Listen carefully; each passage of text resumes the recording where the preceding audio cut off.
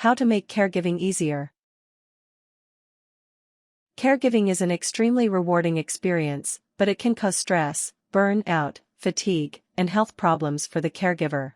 It is beneficial for both the caregiver and the care recipient to make the process as simple as possible.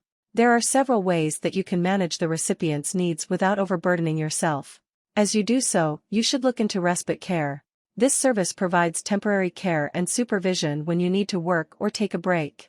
It is extremely important that you care for your own physical and mental health as a caregiver.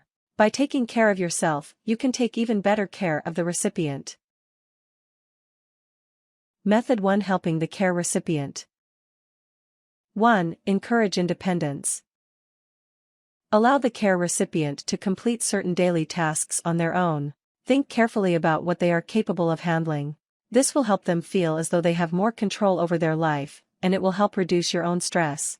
While they may be slow at some tasks, you should avoid stepping in unless they need your help. For example, if they can dress themselves, you should let them take care of it. You might check in on them to see if they are doing all right. Assess the situation carefully. If you are worried they might fall in the shower, you might sit outside the bathroom while they wash, just in case. Look into getting some durable medical equipment, such as a grab bar. This may help your loved one do things like balancing to put on socks. 2. Use technology to your advantage. Certain tools and gadgets can help the recipient take care of tasks on their own. Consider the condition of the recipient, and find tools that can benefit them while simplifying caregiving for you. For those with vision problems, talking clocks, illuminated magnifying glasses, and computer voice recognition software can help them manage their daily lives. If the recipient has memory problems, you can find electronic pill boxes that sound an alarm when it is time to take medication. If hearing is an issue, there are vibrating clocks, headphones for television, or phones and alarms that flash instead of ring. For those with mobility issues, you might want to consider investing in an electric scooter or wheelchair. Standing chairs can also help them get on their feet from a sitting position. Some companies sell alarms that the recipient can press if they fall when you are not around. 3. Give sponge baths instead of full baths. If the care recipient needs help with bathing, you can reduce the strain on both of you by giving them daily sponge baths. Full baths or showers in the bathroom only need to be done once or twice a week. To give a sponge bath, make sure that the recipient is lying down on 1 or 2 towels. Fill 2 bowls with warm water. You will use one to wash the recipient with soap and the other to rinse away the soap. Gently use the sponge to wash every part of their body, and pat them dry with towels. Medical supply stores may sell special basins meant to help make sponge bathing in bed easier. 4. Play music. Music can be used for a variety of therapeutic purposes with care recipients. If they are becoming agitated or angry, music can help soothe them. If they are confined to their bed, music can prevent them from feeling lonely. Place a speaker in their room, and set up a playlist that can shuffle on repeat. 5. Hire a meal delivery service. If you do not live with the care recipient but are responsible for their meals, you can hire a delivery service, such as Meals on Wheels, to send prepared meals to the recipient.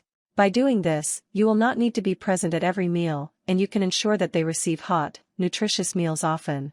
Some charities and social services offer this as a free or reduced price service. See what is available in your area. Method 2: Simplifying your life. 1. Keep a schedule. Keep a calendar or notebook where you write out your daily schedule. This schedule should include when the care recipient needs medication, food, baths, doctor visits, exercise, or other care. By writing out this schedule, you can maintain a consistent routine that makes things easier for both you and the care recipient. You may want to encourage the care recipient to go to bed at the same time every night.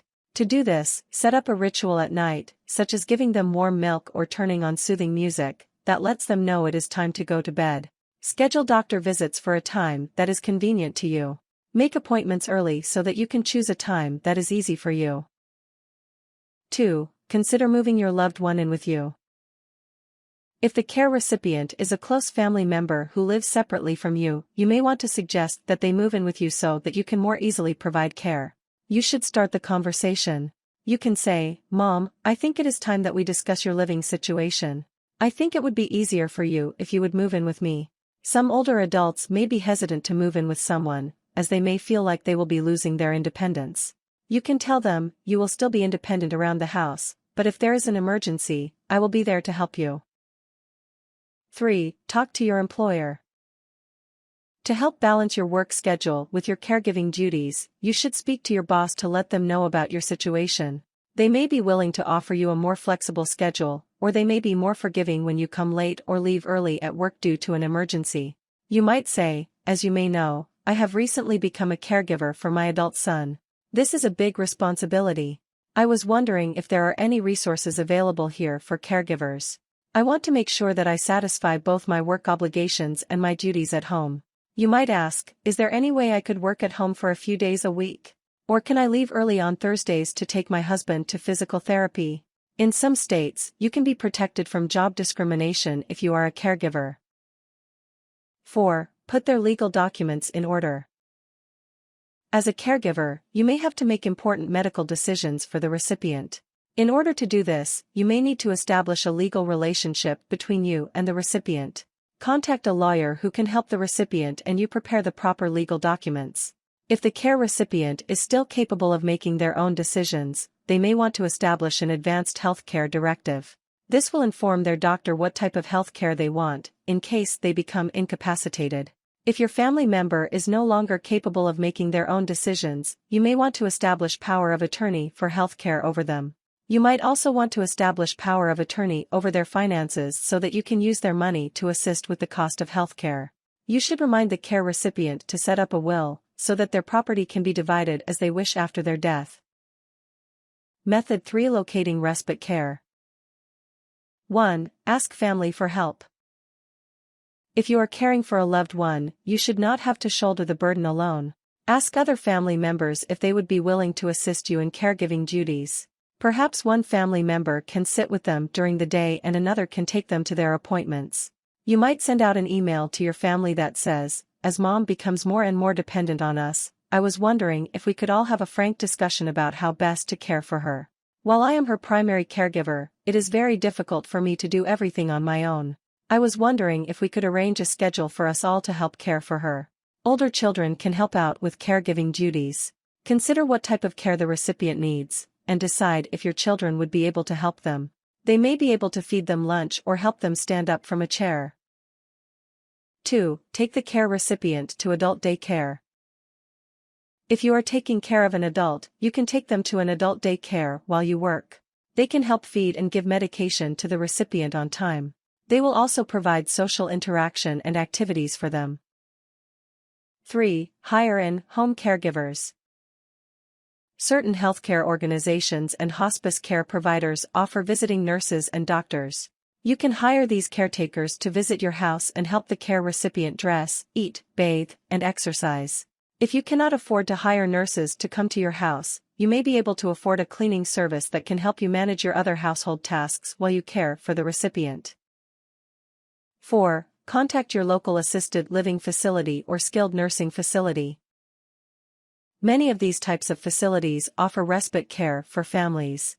Call to find out what they offer and ask if you can visit the facility for a tour.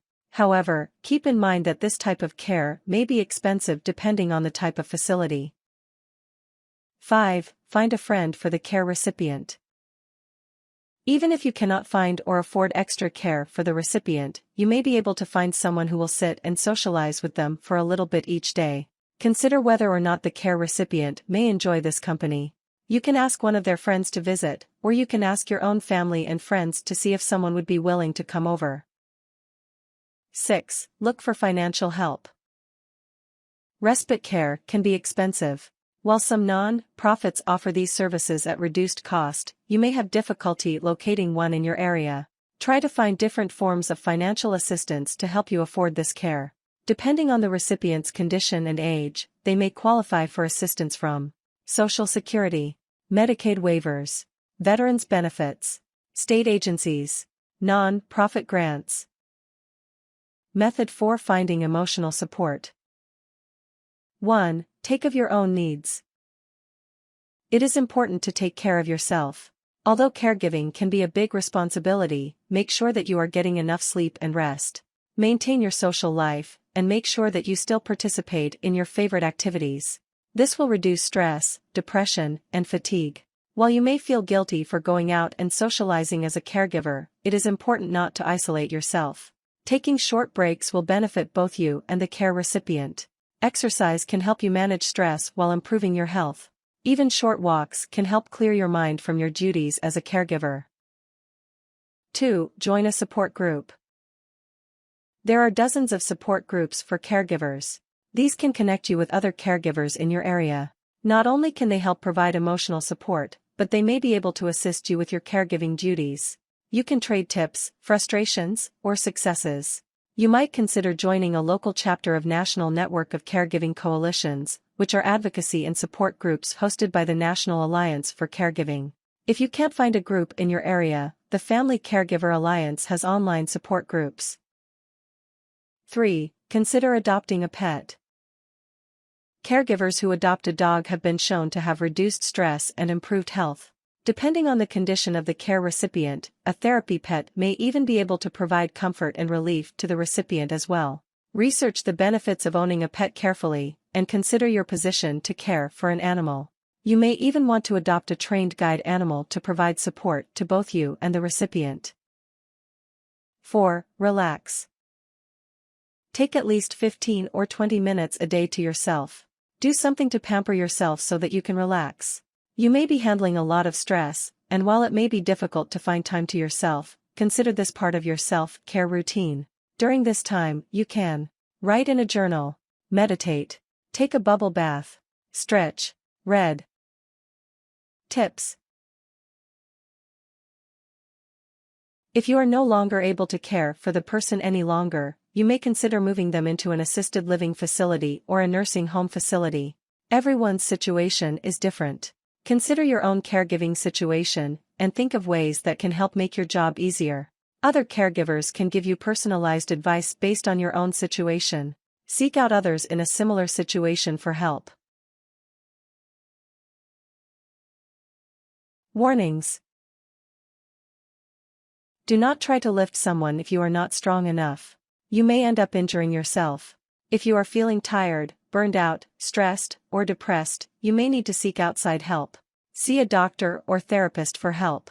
Stress and exhaustion from caregiving can affect your health. Be sure to take care of your own health and stress while caring for the other person.